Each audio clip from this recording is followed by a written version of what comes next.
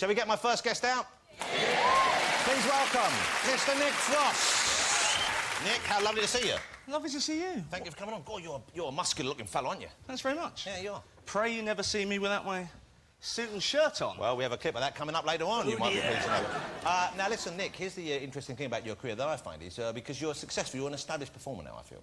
Sure. You've been in a number of successful films. Go on. TV shows. Yeah. But you were not an actor through choice. You didn't pursue the normal kind of career trajectory. You didn't go to drama school, I don't believe. Is this right? No, not at all. How did it happen? I was a waiter. I was a waiter for 10 years in a restaurant. Well, a few restaurants, but one called Chiquitos in Staples Corner, a Mexican restaurant.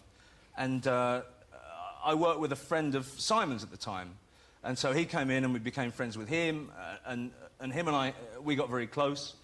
And then he wrote Space and said, you know what, I've written this part for you in a sitcom and I want you to be in it. And that was it. But were you not scared? Because I would have thought, I mean, obviously, you know, if you're waiting, then you're kind of interacting with members of the public as such. Yeah. And in a way, I suppose, putting on a performance of sorts. But it's not like acting and going in front of cameras. No, it isn't. It was terrifying and it was the worst thing. If someone had said to me, you're going to be an actor, a film actor, a television actor, it would have been the worst thing they could have done to me. And yet, you rose to the occasion. So how was it the first day filming? What was it like for you going Awful. out? I was up all night. And this is something that happens to me every time I do something now, is I'm up all night the night before and I'll be sick and... Well, even now, you still got that nervous? Yeah, absolutely. That must be deeply unpleasant for your partner. Yeah. We got, you know, 2 rooms, so she'll go and sleep in there. Let me ask you about working in a Mexican restaurant, because I'm a big fan of Mexican food. Sure. And yet I get confused by the wide array of food on offer from South America. It happens. Okay. Because you have the taco. Sure. But there's a hard taco and a soft taco. Yeah. Okay, well, why is that? I don't know why that is. Because if you go... But isn't that confusing? Look, if you go in a restaurant and you order papadom, they don't go, good, would you like the soft one or the hard one? Yeah, but if you went to an Indian restaurant and you knew historically there was a choice between soft popper and hard popper, there'd be no problem. I'm really enjoying the fact I said popper. Yeah. You've ordered a lot of Indian food. That must he go, he's so greedy when he goes, he doesn't even want to say the whole word papadom, he just goes, papa! Get me a... in that fat voice, get me a popper. Well, a soft taco is more like a, you know, more like a tortilla bread, which you then put stuff in. Okay, and a hard taco is a corn tortilla, which is deep fried to give it that that classic tortilla, that taco shape. I don't like the hard ones. No, I don't. Okay. But the soft one, you said it was like the other soft bread. Yeah. Okay, so but it's corn, it's not flour. So it's a corn-based soft bread. Sure. Okay. What is the difference between a chimichanga and a burrito? Chimichanga and a burrito, the chimichanga is deep fried, the burrito is baked in the oven. There's not a lot of difference anyway. Not a lot. Right. But, you know, a burrito is soft when you eat it. A chimichanga should be crisp. And inside you should have your beef or your chicken, and it should really melt and ooze. Never mind, Miley, you should be doing the M&S advert. Sure, yeah. This is not just any chimichanga. This one is served with a soft or hard pop. Popper. By working in, you know, I did love being a waiter, but I think it because you have to perform being a waiter, you know, and if you get posh people in, you have to serve them a certain way. So it's very much, hello, sir, how are you, sir? What would you like, sir? Good evening. I would like a chimichanga. Get out. Get out. But then, you know, so if you want the tips, this is how you work it. And then if, you know, if chavs come in, hello, mate, you all right? Blah, blah, blah. Oh, give me some of those burritos, hurry up. Don't cut Bish me. bash, boss. Yeah. Give me some jalapeno. Yeah. Well, if people come in wanting fajitas, sometimes people will come and say, I don't know what it's called, but it's like a little table barbecue. Someone ordered... Oh, you don't say that, do you? No, absolutely. So, well, someone ordered... This is... I went from being a waiter, and then my hatred of the general public became such that I then went into the kitchen. Right, so to hide from people who are like that. Because you must be drunk. Someone came in and said to me, can I have a rack of ribs, please? Yeah, sure. Ribs come up. And about 5 minutes later, I go to check to see if he's all right. How you doing? He said, yeah, look, I don't like to complain, but there are bones in this. I am out. I'm out of it. It's awful. But did you have to wear a uniform at Chiquitos? Okay, Yeah. What kind of uniform did you wear? A big sombrero? Yeah. Oh, no, really? It was black slacks, like a red T-shirt and an apron. The worst thing is the birthday song, though. Okay, so they have a specific birthday song? Yeah, and it's fine if it's a Saturday night and there are 13 waiters and waitresses. And you're all joining in? You're banging pans, and it's wonderful. It's a great atmosphere.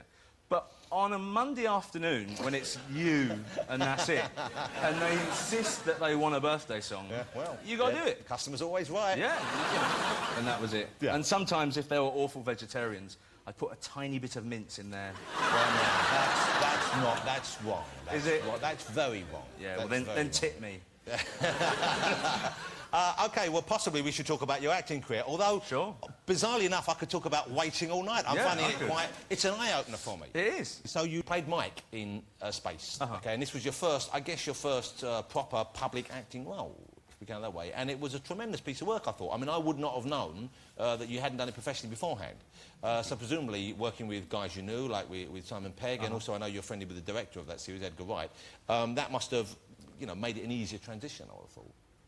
Yeah, no, not then. But I mean, when we did Shaun of the Dead and Hot Fuzz, then it was. But then did it get so it got gradually easier the more you did? Yeah, but if you watch Shaun of the Dead now, if you watch Space now, you can actually see in certain scenes me blushing as I say lines, because it would embarrass me so much that I would blush during. Well, because you were just embarrassed about pretending to be someone else. Yeah, and that people were watching me saying things. Don't look. You get better, obviously. Yeah, of course. You get used to it. But you also you learn that those nerves are what keep you alive on stage. Yeah. And, now, what's going on with the beard? That's an interesting beard and tash effect. Well, I grew a massive beard when we were on tour in America for the Hot Fuzz tour, and it got too much, so I shaved everything off apart from a goatee. So you're a man comfortable with facial hair? Oh, absolutely. Because it's not so much in vogue with the younger man, and you're not an old man by any means. No. Young men these days, unless they've got a tiny little bit there or something weird there with piercings and they look like beggars. Well, unless you've got all that going on.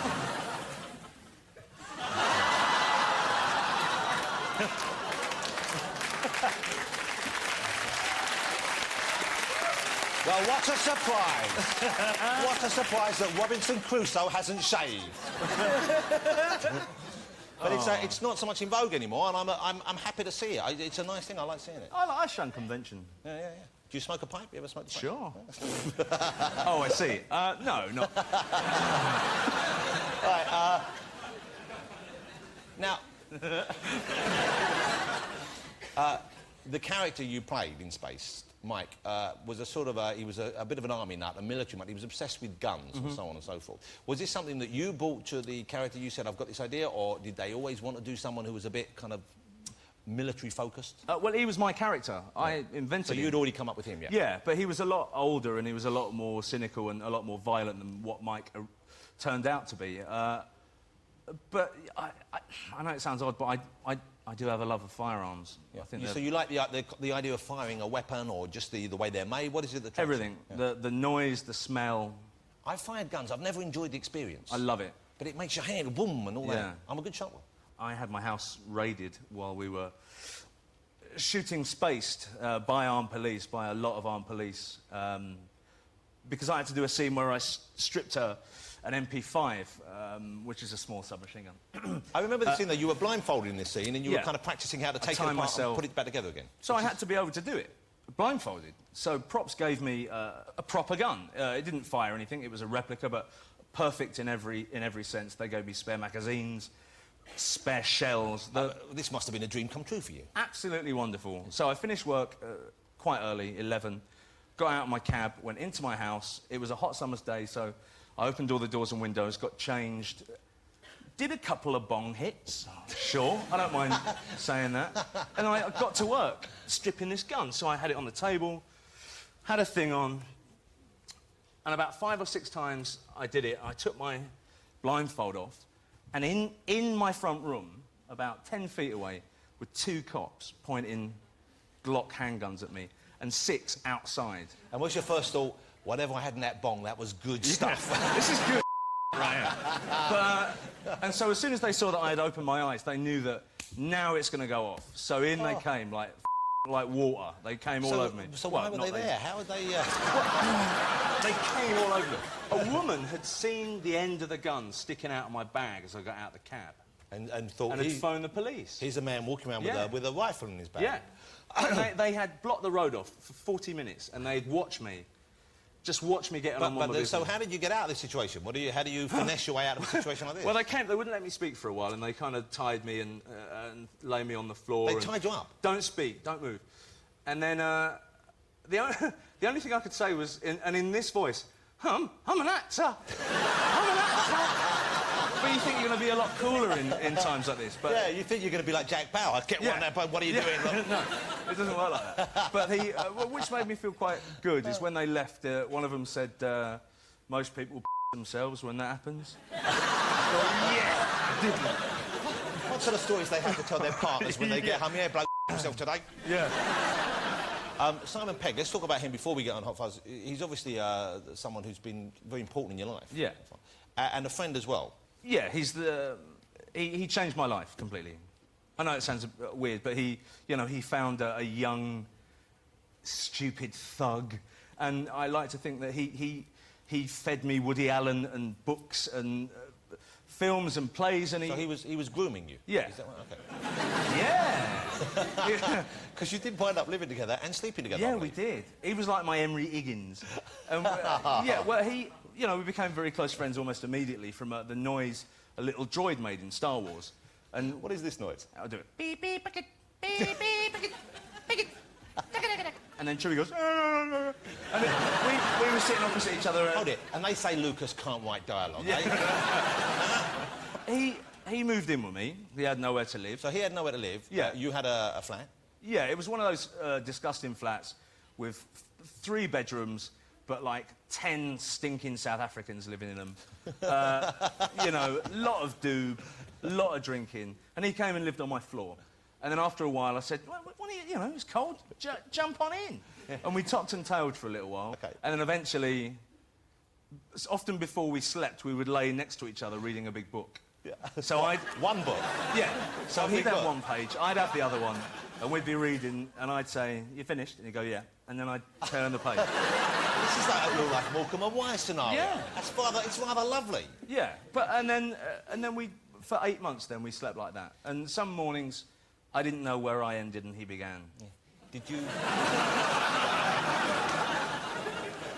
you spoon? Yeah. Yeah, we spooned. Okay. But it was nice. There was never any kind of, ooh, we've touched carrots. It just felt right.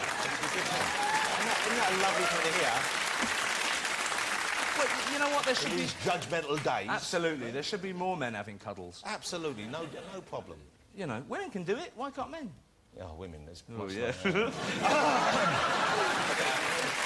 That's good living right there. that. Was that for comic relief you were doing that? It was for comic relief, yeah. And it was at the end of the day, and we... A long day. Yeah, we unleashed the funny. OK, let's talk about Hot Fuzz. Here's a film which came out, and what great fun this was. And for you, I would have thought, now we know that you have a love of firearms, this must have been, once again, just about the perfect role. Well, I never got to fire any guns in Didn't you Shaun of fire the Dead. any in this? No, in Shaun of the Dead. Yeah, of course. So, yeah, this was our chance to redress my balance. And you really do. You go, and they're the most fun days on set, I would have thought, when you got firearms to play with? Yeah. I would be lying if I said no. There are 2. Those days when you've got lots of guns, and then the other days are when you've got all the massive stars of the British cinema all sitting in little chairs. Because a great cast on this film. Amazing. I mean, Steve Coogan, Billy Whitelaw, and Timothy Dalton, who, of course, I think is an underrated Bond very much. Absolutely. Who's terrific in this? Well, he's a darker Bond. They were doing then what Daniel Craig has recently done. Yeah. But, Kevin Eldon, Ken Cranham, all of them. It's and sitting outside, listening to them tell stories as old thesps, as a new thesp is an amazing thing. Because they all sit there and they all know each other and they've all known everyone else they've ever worked with. And it's amazing the majority of times their stories end with this sentence. Oh, she was such a It's amazing how the thesps... You beep it, it's not live. It's amazing how the thesps always end like that. We're live this evening. What? And there are dogs watching. Isn't it weird that no dogs are watching? I don't care, to be honest. That's a lovely clip. That's a very funny moment. Thank you very much.